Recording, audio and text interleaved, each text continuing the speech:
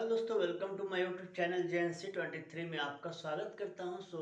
आज लेकर आए हैं वीडियो का next topic properties of triangle के अकॉर्डिंग हम किसी भी ट्रायंगल या लाइन एंड एंगल दोनों टॉपिक सेम है। एक लाइन से होकर के क्वेश्चन को हम कैसे एंगल फाइंड आउट करते हैं, या तो उसका साइड पे डिपेंड होगा या फिर उसके लाइन एंड एंगल के अकॉर्डिंग, या तो पॉइंट पे होगा अपोजिट साइड पे या तो इक्वल साइड पे, उसके अकॉर्डिंग बेस प्रॉब्लम हम करेंगे जो कि जीरो से आपका हायर ऑर्डर के क्वेश्चन को दिए गए हैं। ठीक है, तो उसमें क्या होगा कि एक पॉइंट आपका सिंपल थर्ड के अकॉर्डिंग क्वेश्चन हो या फिर नॉर्मली ट्रायंगल के अकॉर्डिंग हो, तो सबसे पहले उसके बेस पॉइंट को टारगेट करते हैं। जैसे कि पिछला वीडियो मैंने आपको क्वेश्चन दिखाया था, ठीक है, उसी के अकॉर्डिंग कुछ इंपॉर्टेंट क्वेश्चन आज लेकर आए हैं। तो आइए आज वीडियो का फर्स्ट क्वेश्चन जो एकदम सिंपल बेसिस क्वेश्चन जैसे दिया हुआ है कि A to B एक स्ट्रेट लाइन दिया हुआ है और वहाँ पे AOC आपका 3x + 5 दिया हुआ है, BOC आपका 2x - 25 दिया हुआ है। तो इसके वैल्यू हमें फाइंड आउट करने कि आखिर AOC और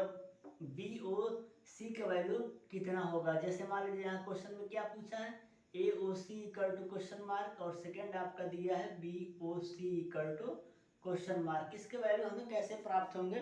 तो सबसे पहले मैंने आपको एक क्वेश्चन बताया था कि इसमें जब भी कभी एक स्ट्रेट लाइन दिया हुआ है, जैसे मान लीजिए डायग्राम आपको दिया हुआ, एक आपका स्ट्रेट लाइन दिया हुआ, तो एक स्ट्रेट लाइन पे आपका पॉइंट ओ दिया हुआ जिसको मैंने बार बार आपको टारगेट पॉइंट मान लिया कि इसके अकॉर्डिंग इस पॉइंट पे एक साइड जो भी एंगल बनते हैं हमारे 180 के बराबर होते हैं। ठीक है, तो हम सबसे पहले देखेंगे कि यहाँ पे एंगल तो आपका दिया नहीं है, वेरिएबल और एक कांस्टेंट टर्म में दिया हुआ है।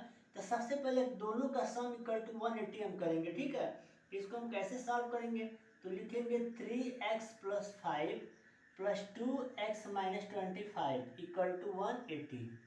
सबसे पहले हम दोनों के वैल्यू को सम करा के 180 करके x का वैल्यू को हम फाइंड आउट करेंगे। 3x + 2x = 5x और 5 से 25 जाएगा तो आपका क्या आ जाएगा 20 = 180। ठीक है, तो यहाँ हो जाएगा आपका 5x = 180 + 20 = क्या हो जाएगा 200। तो आपका x = हो जाएगा 200/5 = 5 4 जा 20, यानी x का वैल्यू क्या आ जाएगी 20।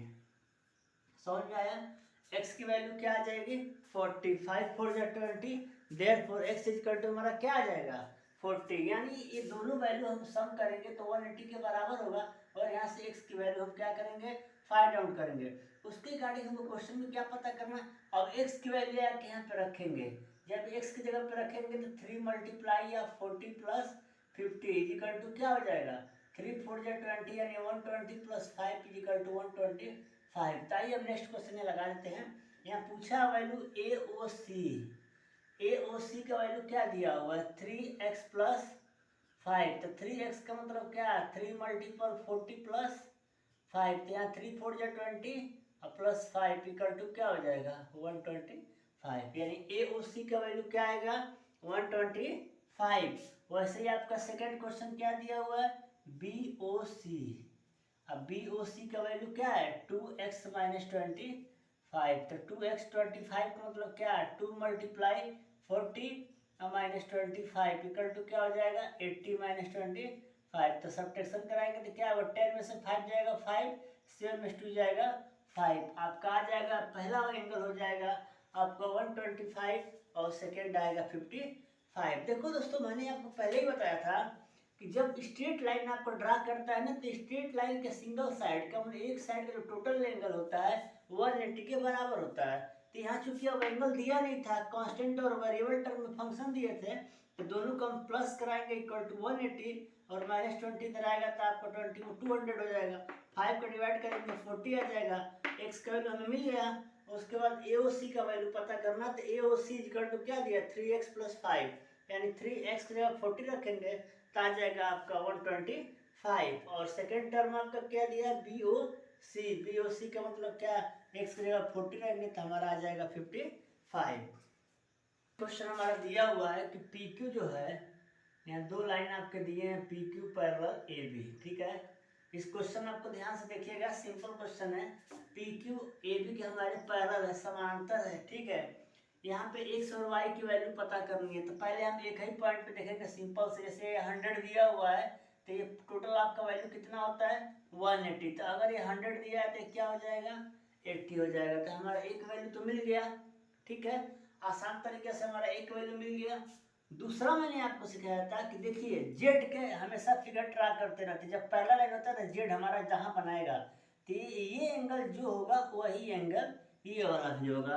तो आइए फिगर देखते हैं, अगर ये लाइन हम इसको ऐसे देखते हैं तो ये जेड हमारा बन रहा है कि नहीं बन रहा। यहाँ से एक लाइन यहाँ पे आएगी, फिर यहाँ पे कैसे जाएगी, तो ये जो 65 की वैल्यू होगी वो इसके इक्वल हो जाएगी अकॉर्डिंग टू द जेड, ठीक है। तो यहाँ डायरेक्ट लिखेंगे फ्रॉम फिगर, ठीक है। तो क्या हो जाएगा x इजिकल टू 65, समझ में आ रहा है बात, x इजिकल टू 65। अगर मान लेते हैं कि अगर एल एम एन ये फिगर है, ठीक है, तो डायरेक्ट हम ले लेंगे एल एम एन से, तो क्या हो जाएगा angle L plus angle M plus angle N equal to 180। तो क्या दिया हुआ है, ये आपका x है, x की वैल्यू क्या आ गई 65, तो यहाँ लिख लेंगे आप 65 प्लस m का वैल्यू आपका 80 है और n का वैल्यू क्या दिया हुआ है y इक्वल टू 180, ठीक है।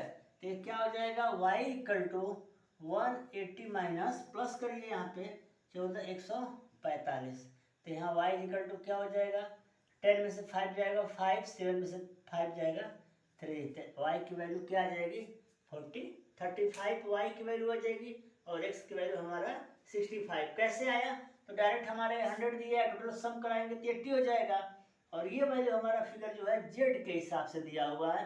अगर पी एन एल एम को देखेंगे तो जेड का डायग्राम बन रहा है, तो first angle equal to second angle, इसके अकॉर्डिंग हमारा नेक्स्ट क्वेश्चन सॉल्व हो जाएगा, ठीक है। हम देखते हैं यहाँ दिया हुआ है पी क्यू आर एस, यहाँ पे आपका लास्ट साइड दिया हुआ है टी, ठीक है। क्वेश्चन में हमें एक्स और वाई की वैल्यू को पता करना है, ठीक है।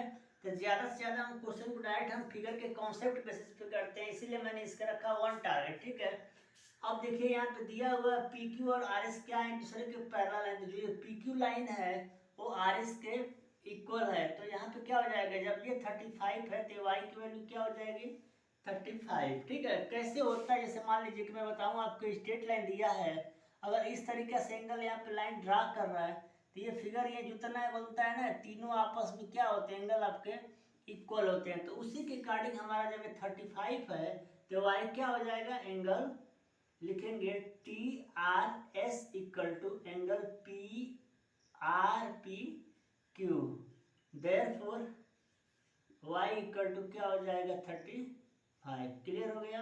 अब y इक्वल टू 35 जब मिल गया तो नाउ डायरेक्ट लिखेंगे now triangle P R Q, तो क्या हो जाएगा angle P plus angle R plus angle Q is equal to 180, ठीक है।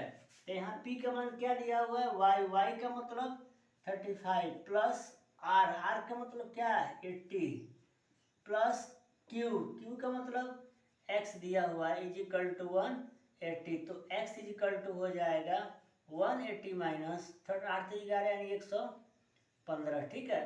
सब्ट्रैक्शन कराएंगे 10 में से 5 जाएगा 5, 7 में से 1 जाएगा 6, यानी x की वैल्यू हमारा क्या आ जाएगी 65 और y की वैल्यू हमारा क्या आ जाएगा 35। इस तरीके से हम आसान बेस क्वेश्चन को सॉल्व कराएंगे। बस ये याद रखेंगे जब भी स्ट्रेट लाइन बनेगा कितना हम ड्रा कराएंगे तो सारा वैल्यू हमारा क्या आएगा सेम टर्म पे आएगा, जिसके अकॉर्डिंग हम क्वेश्चन को सॉल्व करेंगे और आसानी से वैल्यू उसका फाइंड आउट कर सकते हैं। क्वेश्चन देखते हैं, यहाँ पे दिया हुआ है ये फिगर एक तरह से क्वाड्रिलेटरल शेप का दिया हुआ है, दो लाइन यहाँ पे दिए हैं, जैसे क्वेश्चन के अकॉर्डिंग हमारा दिया है जो AH है वो किसके पैरेलल है और DG के पैरेलल है, ठीक है।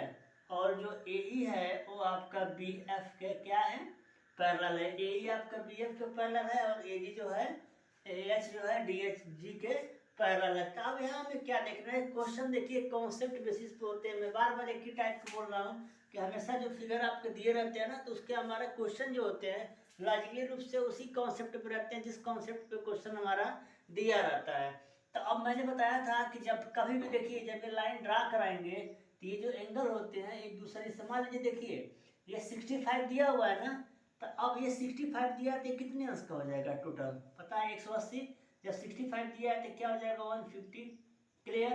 और जब 150 दिया है इसको ले लेंगे तो क्या आ जाएगा 65, बात खत्म। मतलब जब ये आपका 65 होगा तो इसका अपोजिट साइड का एंगल भी 65 होगा।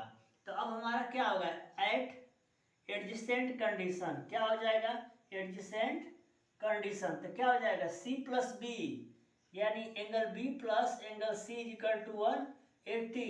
तो आपका बी क्या दिया, यहाँ पे सी क्या हो गया, तो सी हमारा क्या हो जाएगा, वाई आपका बी है, तो वाई प्लस सी, सी का मतलब 65 इज इक्वल टू 180, तो Y is equal to 1, direct हम यहीं से कर देते हैं, क्या आ जाएगा y is equal to 180 minus 65, तो y इज इक्वल टू हमारा क्या हो जाएगा 115। तो हमारा जब y 115 आ जाएगा तो ये हमारा क्या हो जाएगा, इसके सामने की भुजा क्या हो जाएगी सेम, और इसके सामने की ये भुजा हो जाएगी सेम।